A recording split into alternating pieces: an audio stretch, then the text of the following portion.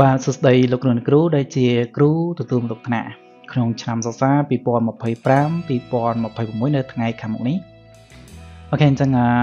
នៅក្នុងវីដេអូនេះគឺខ្ញុំនឹងបង្ហាញពីរបៀបរៀបចំការងាររបស់យើងឲ្យវាមានសណ្ដាប់ធ្នាប់និងរបៀបរៀបរយអញ្ចឹងណាហើយភាគច្រើនខ្ញុំឃើញលោកគ្រូឃើញថាដាក់ឯកសារយើងទៅនេះទៅនោះដូច្នេះហើយគឺដល់ពេលយើងទៅរកគឺវាពិបាកហើយករណីកុំព្យូទ័រយើងមិនរកអញ្ចឹងទៅយើងឈូស window អញ្ចឹងហើយវាអាចនឹងបាត់ឯកសាររបស់យើងដែលសំខាន់អញ្ចឹងណាហើយមួយទៀតគឺវារញ៉េរញ៉ៃដូច្នេះហើយវាអត់មានរបៀបរបបអញ្ចឹងណាដូច្នេះហើយនៅក្នុងវីដេអូនេះគឺខ្ញុំនឹងបង្ហាញពីរបៀបធ្វើម៉េចឲ្យមានរបៀបរបបនិងការរៀបចំការងាររបស់យើងអញ្ចឹងណាអូខេអញ្ចឹងការដាក់ឯកសារហ្នឹងមានពីររបៀបលោកគ្រូអ្នកគ្រូប្រសិនបើយើងចង់ដាក់នៅលើផ្ទៃតុនេះក៏បានដែរក៏ប៉ុន្តែប្រសិនបើយើងដាក់នៅលើផ្ទៃតុនេះយើងកំពុងតែមើលនេះបើមានន័យថាយើងកំពុងតែដាក់នៅខាងឆ្វេងនេះបើសិនបើយើងចូលទៅក្នុង disk computer ហ្នឹងណា disk PC ហ្នឹងណាឬបើយើងចូល file ពណ៌លឿងគេថា file explorer ហ្នឹងឯងបើសិនបើយើងដាក់នៅលើផ្ទៃតុគឺមានន័យថានៅវាស្ថិតនៅក្នុងនេះឯងណានៅក្នុងម្ដុំហ្នឹងអញ្ចឹងឯកសារឬក៏ថតដែលស្ថិតនៅក្នុងម្ដុំហ្នឹងគឺវាស្ថិតនៅក្នុង file C file C ហ្នឹងគឺជា drive មួយសម្រាប់ធ្វើការផ្ទុកនៅប្រព័ន្ធប្រតិបត្តិការរបស់ Windows ហ្នឹងឯងកាលនេះបើសិនបើកុំព្យូទ័រយើងឈូសបើយើងដាក់ឯកសារនៅខាងនេះអញ្ចឹងមិនថាខ្ទេចហើយអស់លេងហើយអញ្ចឹងណាប៉ុន្តែបើសិនបើយើងដាក់នៅក្នុង drive D ករណីយើងឈូសអត់អីទេសំខាន់យើងគុំលុបនៅក្នុង drive D ហ្នឹងណានេះដាក់អក្សរ D drive D ឬក៏ local វិញនេះក៏បានដែរអាហ្នឹងគឺសើយើងចង់ដូរឈ្មោះអញ្ចឹងណាហ្នឹងហើយ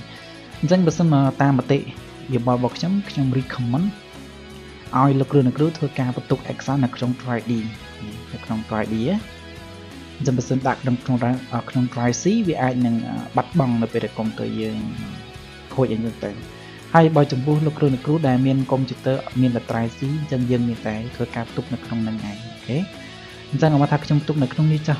ហើយអានេះករណីបើសិនយើងមានគឺយើងផ្ទុកនៅក្នុងហ្នឹងដែរអញ្ចឹងណាអូខេអញ្ចឹងជាដំបូងគឺយើងធ្វើការ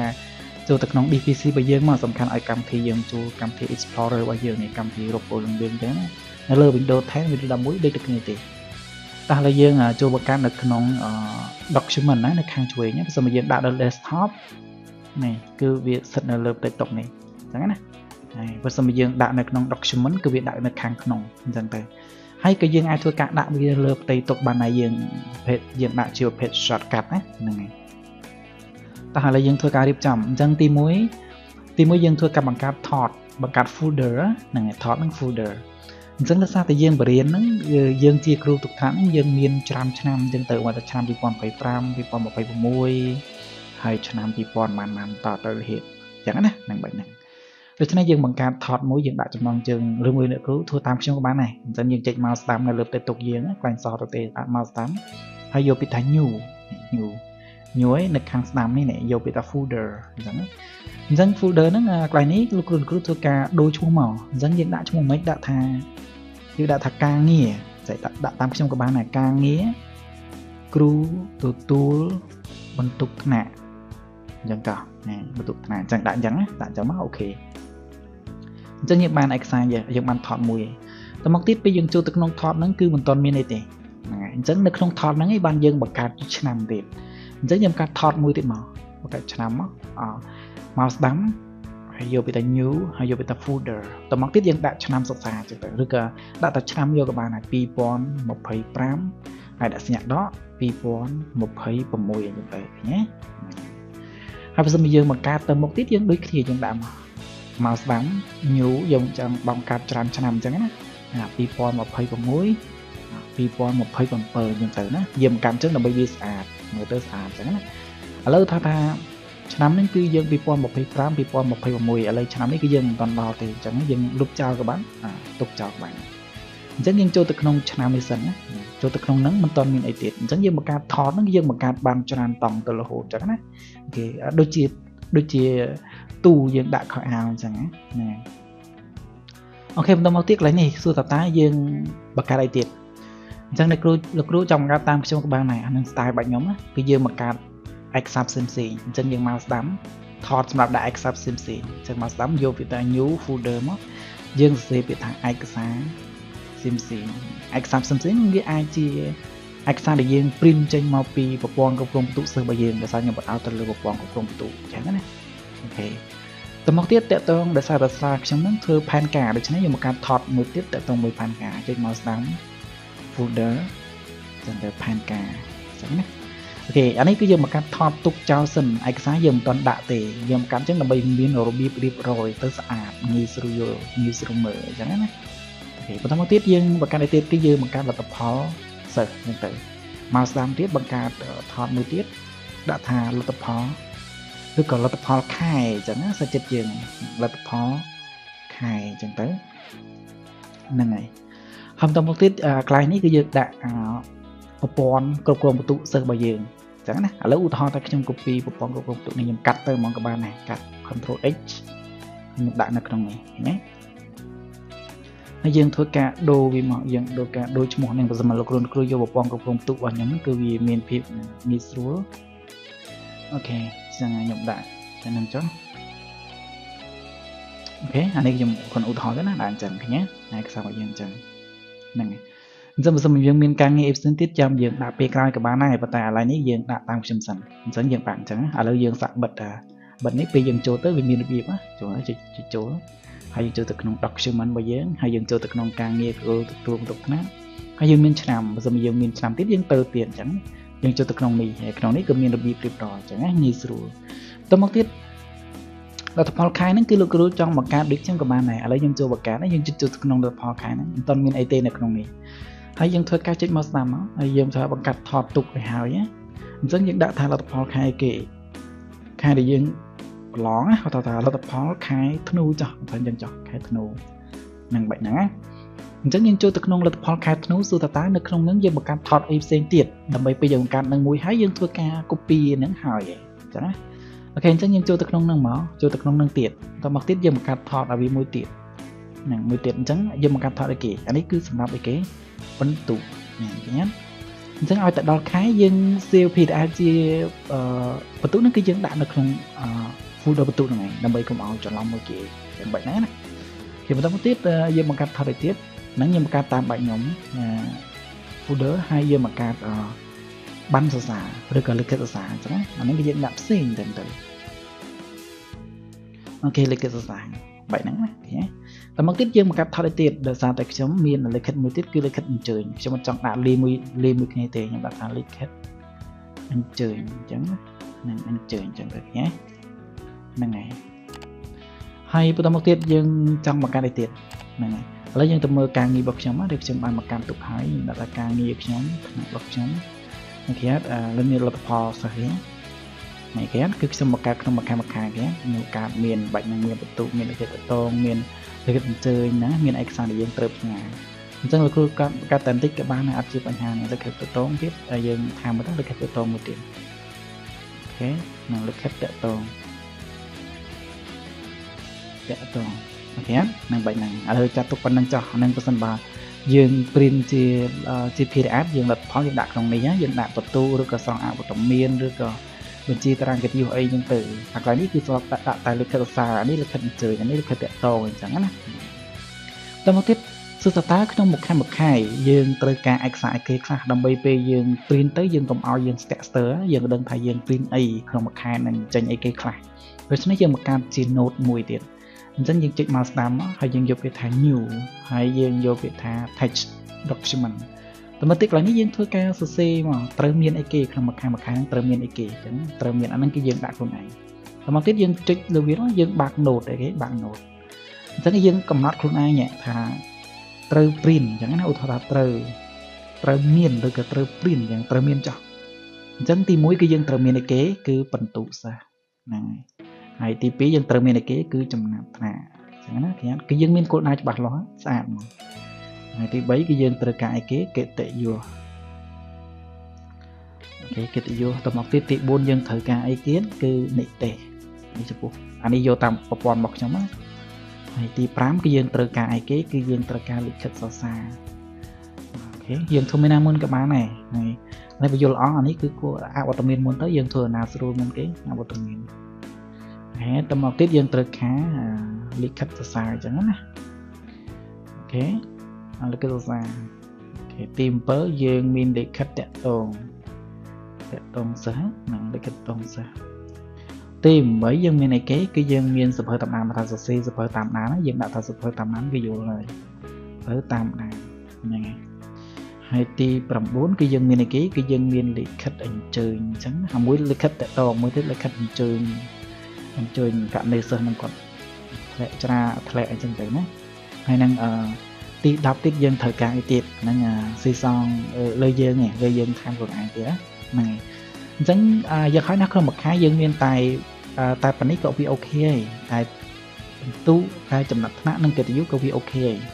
ហើយតែដោយសារតែខ្ញុំដាក់ទៅ9ហ្មងឬក៏10អញ្ចឹងណាក្នុងមួយខែគឺខ្ញុំទៅតែមានហ្នឹងអញ្ចឹងឲ្យទៅដល់ខែគឺខ្ញុំបាក់ហ្នឹងដើម្បីដឹងថាអូខ្ញុំព្រីនអីអញ្ចឹងវាងាយស្រួលអញ្ចឹងណាក្នុងប្រព័ន្ធគ្រប់គ្រងបន្ទុកខ្ញុំហ្នឹងហើយអូខេឥឡូវយើងចុច save អូខេពេលយើងបាក់អញ្ចឹងណារៀនពេលយើងបាក់ឃើញអញ្ចឹងមកថាយើងមានបំណងចុះក្នុងមួយខែហ្នឹងបើសិនជាយើងចង់បានសភៅតាមដានថែមមួយទៀតហាត់តាមដានមកដោយសារយើងចង់ print ចេញជាសភៅតាមដានក៏បានដាក់ទៅតាមដានណាតាមដានអូខេអញ្ចឹងយើងបានប៉ុណ្ណឹងក្នុងមួយខែគឺយើងមានប៉ុណ្ណឹងអញ្ចឹងអត់ថាយើងថយក្រោយគេក្នុងមួយខែធ្នូអញ្ចឹងយើងចង់បានខែផ្សេងទៀតយើងរៀបចំឲ្យហើយហ្មងយើងគាត់នឹងធ្វើការ copy មក copy របស់ហ្នឹង copy ផាសអញ្ចឹងមកទៀតយើងចូលដូរខែមកយើងចូលដូរទៅខែមកខែធ្នូមកទៀតខែមករាអញ្ចឹងណាអូខេដោយសារខាងនោះគឺវាដូចគ្នាអញ្ចឹងចុះឥឡូវថាខ្ញុំធ្វើប៉ុណ្ណឹងខែចុះអញ្ចឹងលោកគ្រូអ្នកគ្រូចង់បានប្រហែលខែក៏ធ្វើតាមចិត្តឥឡូវធ្វើប៉ុណ្ណឹងខែចុះអញ្ចឹងណាហ្នឹង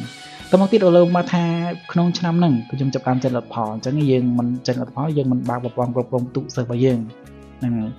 បាទឥឡូវឧទាហរណ៍ថាប្រព័ន្ធគ្រប់គ្រងបន្ទុករបស់យើងគឺបែបហ្នឹងហើយតមកទៀតឧទាហរណ៍ថាយើងចង់ចូលធ្វើខែធ្នូឧទាហរណ៍អញ្ចឹងចុះណាអញ្ចឹងខែធ្នូអញ្ចឹងយើងមិនចូលបន្ទុកយើងហើយមិនអញ្ចឹងហ្នឹងហើយឥឡូវគឺយើងចាប់តាមចូលបន្ទុកអស់ហើយគឺយើងចាប់តាមធ្វើការពិនិត្យអីធំធ្វើអស់ហើយយើងចាប់តាមធ្វើការ print មិនអញ្ចឹង print គឺយើង save PDF បើយល់អស់គួរតែ save PDF ដើម្បីកុំឲ្យយើងចូលចេញប្រព័ន្ធទៅវារៀងពិបាកអូខេឥឡូវដោយសារតែក្នុងប្រព័ន្ធរបស់ខ្ញុំមិនឲ្យ print កន្លែងហ្នឹងទេអញ្ចឹងយើងចូលទៅកាន់បញ្ជី print នេះយើងចង់ print ខែធ្នូមែនទេចុចទៅក្នុងនេះមកតែមកទៀតកន្លែងនេះយើងរើសខែធ្នូយករើសខែធ្នូនេះរើសខែធ្នូអញ្ចឹងមកអានេះគ្រាន់តែជាការឧបមាទេណាឧទាហរណ៍អញ្ចឹងចុះយើងមើលសិនថាត្រូវអត់ប៉ុណ្ណេះអូខេអូថាប៉ុណ្ណឹងចុះអញ្ចឹងទី1យើង print បន្ទុកអញ្ចឹងបើសិនជាយើងអត់ដឹងថា print អីឥឡូវយើងសាកចូលទៅក្នុងលទ្ធផលខែថាខែធ្នូយើងត្រូវមានអីអញ្ចឹងយើងចុចនៅក្នុង note របស់យើងហ្នឹងឯងអូខេទី1គឺបន្ទុកអញ្ចឹងយើងចូល print បន្ទុកមកអញ្ចឹងយើង print បន្ទុកយើងចុចកន្លែងណានេះ save PDF ណាចុច save PDF មកទៀតយើងរកទីតាំងដែលយើងរក្សាទុកមិញណានៅក្នុង document យើងដាក់នៅក្នុងការងារគ្រូទទួលលក្ខណៈហើយក្នុងឆ្នាំរបស់យើងហើយក្នុងលទ្ធផលខែហើយក្នុងខែអីគេគឺខែធ្នូហើយយើងចង់ដាក់វានៅណាក៏ដាក់នៅក្នុងបន្ទុកវិជាបន្ទុកអញ្ចឹងជាបន្ទុកមកតមកទីក្នុងនេះយើងដាក់ទៅយើងដាក់ឈ្មោះបន្ទុកខែធ្នូអញ្ចឹងណាញ៉ាំបន្ទុកខែធ្នូទៅប៉ុណ្ណឹងចុច save ញ៉ាំអញ្ចឹងយើងបានមួយណាអូខេបានមួយតមកទៀតយើងមាននេះទៀតចំណាត់ថ្នាក់ហ្នឹងហើយយើងមានចំណាត់ថ្នាក់អញ្ចឹងយើងចូលកន្លែងចំណាត់ថ្នាក់មកអូខេខាងយើងជិះខាងណាក៏បានតែសំខាន់ឲ្យឃើញចំណាត់ថ្នាក់ហើយយើងរើសខែធ្នូអញ្ចឹងណាអញ្ចឹងមកថាយើងប្រឹងល្អអស់ហើយថាអូតាមត្រូវហើយអញ្ចឹងទៅយើងចាប់បានធ្វើការ print ចេញហើយយើង save PDF ទុកមុនហើយយើង save នៅខាងណានេះខាងក្រោមហ្នឹងយើងមើលឃើញនៅខាងនេះខាង save PDF គេចុច save PDF នៅក្នុងណាអញ្ចឹងដោយសារតែខ្ញុំចង់ដាក់បន្ទុកហើយនឹងអីផ្សេងហ្នឹងដាក់ចូលមួយគ្នាហ្មងកន្លែងហ្នឹងអត់ច្រឡំទេអីទេណាចំណាត់ថ្នាក់អញ្ចឹងដាក់ចូលមួយគ្នាទៅដោយសារយើងរើសទីតាំងម្ដងអញ្ចឹងលេងអីហីតែមកទៀតយើងសេមកចំណាត់ថ្នាក់មកអូខេចំណាត់ថ្នាក់ខែធ្នូឃើញហើយចុច save មកឃើញទេហើយតមកទៀតចុច no ក៏បាន yes ក៏បាន yes ហ្នឹងបើកមកអូខេអញ្ចឹងយើងចាប់ហ្នឹងហើយឥឡូវយើងចូលអីទៀតគឺយើងចូលតារាងកិត្តិយសតារាងកិត្តិយសទៀតអញ្ចឹងយើងដាក់រោលតារាងកិត្តិយសនៅណាតារាងកិត្តិយសហើយខ្ញុំសូមបញ្ជាក់ថាចំណាត់ថ្នាក់ហ្នឹងករណីបើសិស្សរបស់យើងតិចអ្នកអញ្ចឹងយើងយកតារាងចំណាត់ថ្នាក់លេខ2អញ្ចឹងយើងលាក់ខ្លួនឯងទៅមេរៀនខ្ញុំបានបញ្យល់ហើយអត់ចេះទេយើងអាចចូលការចុចរបៀបប្រើប្រាស់ទៅហើយអូខេហើយយើងថយក្រោយតារាងកិត្តិយសឥឡូវយើងចូលតារាងកិត្តិយសនេះតារាងកិត្តិយសអញ្ចឹងយើងរើសខែអីគេខែធ្នូរើសខែធ្នូអូខេតទៅយើងរើសហើយយើងធ្វើការពិនិត្យល្អថាអូវាត្រូវហើយតែពេលត្រូវហើយយើងធ្វើការចុច save ជា PDF អញ្ចឹងយើងចង់ដាក់នៅក្នុងបញ្ជីនឹងទៅបើមិនដាក់មួយទៅវាពិបាកអញ្ចឹងណា chẳng đã chung được này nhưng bắt cho lòng thì bây giờ cũng bắt cho lòng thì nhưng đừng việc sao chỉ dừng đã tân ít tân đủ bắt miền đặc biệt chẳng hay việc của bạn năng việc của bạn trên này tiệm vẫn khai tân đủ video khai tân đủ chẳng thế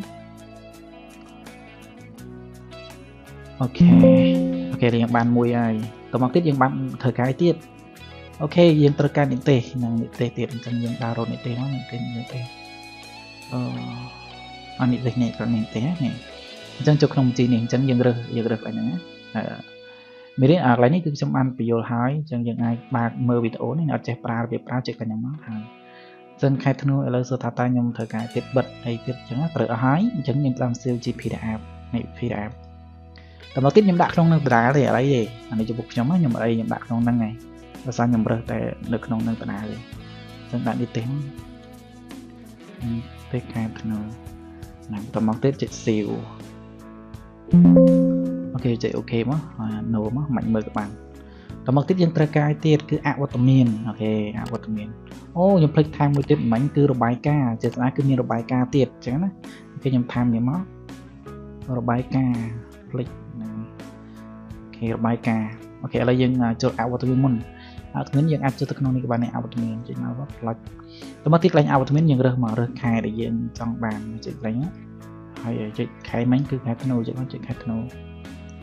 ซึ่งอาวุธเป็นบางอย่างคือมาขนมคาทโนยโอเคจงเด็ดหาเธอให้มาที่เรียนส่วนการจิตเซลล์ GPR มันจิตเซลล์เลยนะเซลล์นะโอเคอาวุธเป็นยังดักน้องนั่งตรายังบัดจังดักเล่นเซนอาวุธเป็นคาทเดินไปอย่างนี้นั่นไงโอเคไปยังบานจังไงยังจะโอเคจังไฮเรามาที่ยังตระกายที่คืออาวุธเป็นให้เล็กกระซ่าจังเล็กกระซ่านั่งเงินปีเรียบแล้วคนในกูเพราะสมัยเราครูจังเพื่อการบังคับได้ครูนเองกับบานได้จูตักนองคำทีเวิร์ดได้บังคับเตอร์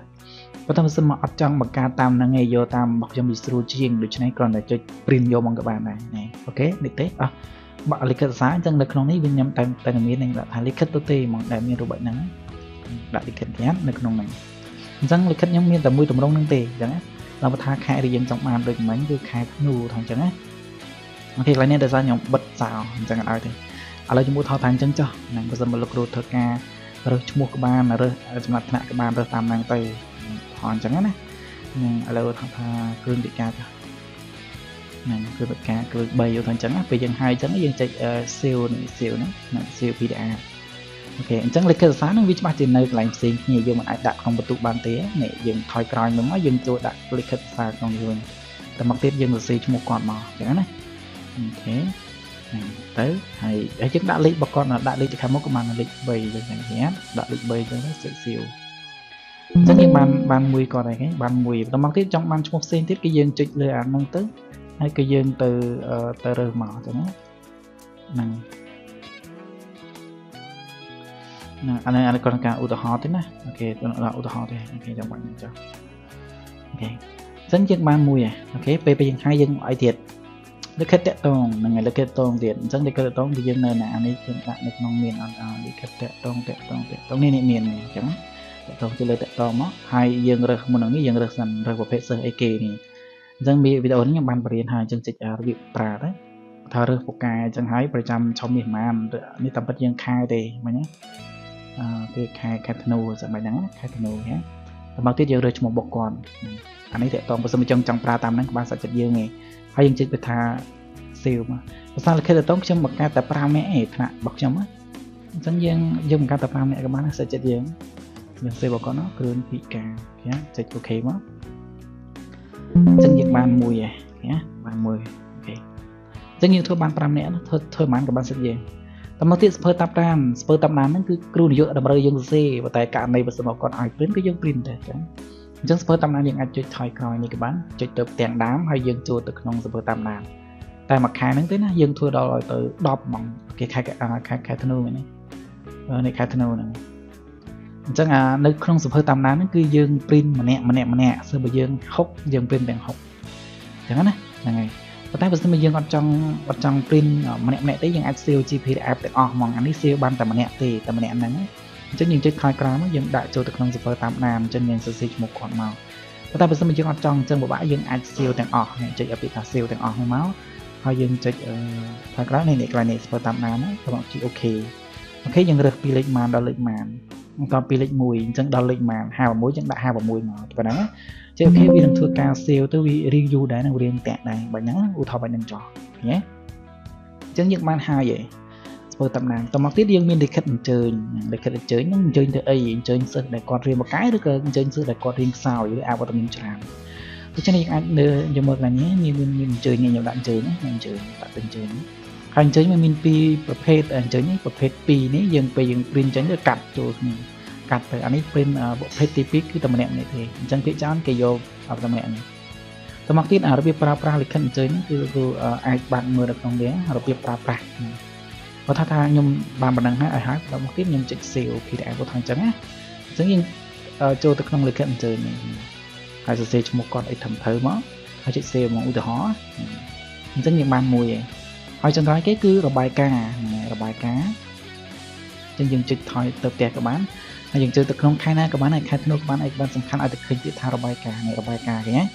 អញ្ចឹងយើងចូលក្នុងរបាយការណ៍យើងបានធ្វើការបំពេញក្បាលលើក្បាលក្រោមមកដំបូងវាបង្ហាញឲ្យច្រើនចេះវាបង្ហាញច្រើនអញ្ចឹងណាអញ្ចឹងយើងបំពេញ data នៅក្នុងការងារមានអីខ្លះអញ្ចឹងទៅបន្ទាប់ទៀតយើងធ្វើការលាក់កន្លែងណាដែលយើងចង់លាក់ហើយយើងចាប់ធ្វើការ save PDF មកអញ្ចឹងណា save PDF អញ្ចឹងមកហើយយើងដាក់របាយការណ៍ដាក់នៅក្នុងបន្ទុកនេះក៏បានដែរអញ្ចឹងអត់ច្រឡំមួយគ្នាទេមកបែបហ្នឹងណាអូខេអញ្ចឹងការងារយើងក្នុងមួយខែហ្នឹងគឺហើយហើយអញ្ចឹងបើសិនមកលោកគ្រូចង់ធ្វើអត់ទាំងអស់ក៏បានដែរអញ្ចឹងណាហើយបើសិនមកធ្វើអត់ការទាំងអស់ទេយ៉ាងហោចណាស់មានតែ3កម្រិត3ចំណុចនេះក៏វាអូខេដែរទៅហើយអញ្ចឹងវាពេញលេញទៅហើយបើសិនយើងចង់បើសិនយើងបានលើសពីហ្នឹងវារត់ទៅល្អបែបហ្នឹងណាអូខេអានេះទៅតងជាមួយនឹងការរៀបចំការងាររបស់យើងឲ្យមានរបៀបរបបដើម្បីងាយស្រួលយើងថ្ងៃក្រោយថ្ងៃមុខថ្ងៃក្រោយថាអូខ្ញុំចង់ទៅមើលនៅណាបើជិតចូលហ្នឹងនៅណាអញ្ចឹងនៅណាអូខេនៅក្នុងនេះអញ្ចឹងទៅនៅក្នុងនេះទៀតនៅក្នុងនេះទៀតណានៅក្នុងហ្នឹងលទ្ធផលយ៉ាងងាយស្រួលក្នុងនេះញ៉ាំគឺយើងមានរបៀបរៀបរាប់អញ្ចឹងបែបហ្នឹងវាស្រួលណាហើយខ្ញុំសម្រាប់មួយទៀតតកតងជាមួយនឹងបើសិនជាយើងខ្ជិលទៅបាក់មើលចេះយើងខ្ជិលចូលទៅអញ្ចឹងហើយយើងខ្ជិលចូលទៅតាមនេះវាច្រើនតង់ជាងប់យើងអាចបង្កើតវាជា shortcut គឺថាតើយើងចង់បង្កើតជា shortcut ទៅលើអីទៅលើអញ្ចេះហ្មងឬក៏ទៅលើយ៉ាងម៉េចដល់ពេលយើងចុចចូលទៅមកឬមិនឥឡូវមកថាខ្ញុំចង់បង្កើត shortcut នៅលើហ្នឹងហ្មងនៅលើវាហើយឯកសាររបស់យើងនៅក្នុង document គឺវានៅនឹងដែរហើយឯកសាររបស់យើងនៅនេះគឺនឹងនេះដែរអញ្ចឹងនេះយើងអាចលុបវាបានពេលក្រោយចិត្តបញ្ហាទេអូខេយើងប្រាប់ shortcut យើងកាត់បានណាដែលយើងគ្រាន់តែចុចមកខាងស្ដាំលើថតហ្នឹងហើយយើងអានេះលើ Windows 11អញ្ចឹងវាចេញបែបនេះយើងសំខាន់យើងចុច show more ហើយយើងសំខាន់រកពាក្យនេះ send to ចុចឡើងពាក្យថា send to នឹងចុចលើវាមកអូទៅកាន់ស្ដាំតិចណងយើងយកពាក្យថា desktop create shortcut ចុចលើវាមកតែប៉ុណ្្នឹងហើយយើងបិទអានេះមកគឺវាធ្លាក់មកនៅផ្ទាំងដើមហ្នឹងអញ្ចឹងនៅក្នុងនេះគឺយើងអាចធ្វើការ rename វាថាដូរឈ្មោះវា rename វាទៅដាក់អីគេនឹងសាច់ចិត្តរបស់យើងហ្នឹងអញ្ចឹងហ្នឹងឧទាហរណ៍អញ្ចឹងចោះដាក់អញ្ចឹងចោះឃើញអាចដាក់បានអញ្ចឹងអា shortcut ហ្នឹងបើសិនយើងចង់លុបវាក៏លុបចោះអញ្ចឹងអត់អីទេអាក្នុងនោះអត់អីទេអញ្ចឹងបើសិនថ្ងៃក្រោយយើងគ្រាន់តែចុចចូលមក block ថ្ងៃនេះធ្លាក់នៅក្នុងហ្នឹងហ្មងឃើញទេបើសិនយើងចង់បង្កើតនៅលើប្រព័ន្ធគ្រប់គ្រងទូនេះក៏បានតែចុចមកស្ដាំលើវាមកអូខេតមកទៀតយក show more option ហើយលើ Windows 10 គឺវាចេញមកអញ្ចឹងហ្មងតមកទៀតយើងយកវាថា send to កន្លែងនេះទៅដែរហើយយើងយកវាថា create shortcut តែប៉ុណ្្នឹងឯងនេះគេនៅធ្លាក់មកគេអញ្ចឹងអ្វីដែលចំណាំ shortcut គឺវាមានសញ្ញាព្រួយហ្នឹងហើយកន្លែងនេះយើងអាចដូរឈ្មោះអីក៏បានតាម project របស់យើង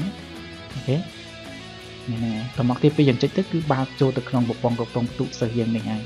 អញ្ចឹងបើសិនករណីចង់លុបនេះចោលក៏លុបទៅអីទេបើសិនយើងចូលទៅក្នុងកម្មវិធីនេះដដែលគឺវានៅតែដដែលទេមានតំណាងទេនេះ shortcut អូខេឥឡូវចាប់ទុកថាឧទាហរណ៍ឆ្នាំ2025ហ្នឹងហើយដល់ពេលឆ្នាំ2021យើងបង្កើតដូចគ្នាមកយើងបង្កើតសារថ្មីក៏បានឬយើង copy មកពីនេះក៏បានក្រែងលើវាប៉ះជាមួយនឹងប៉ះចាស់យើងអូខេ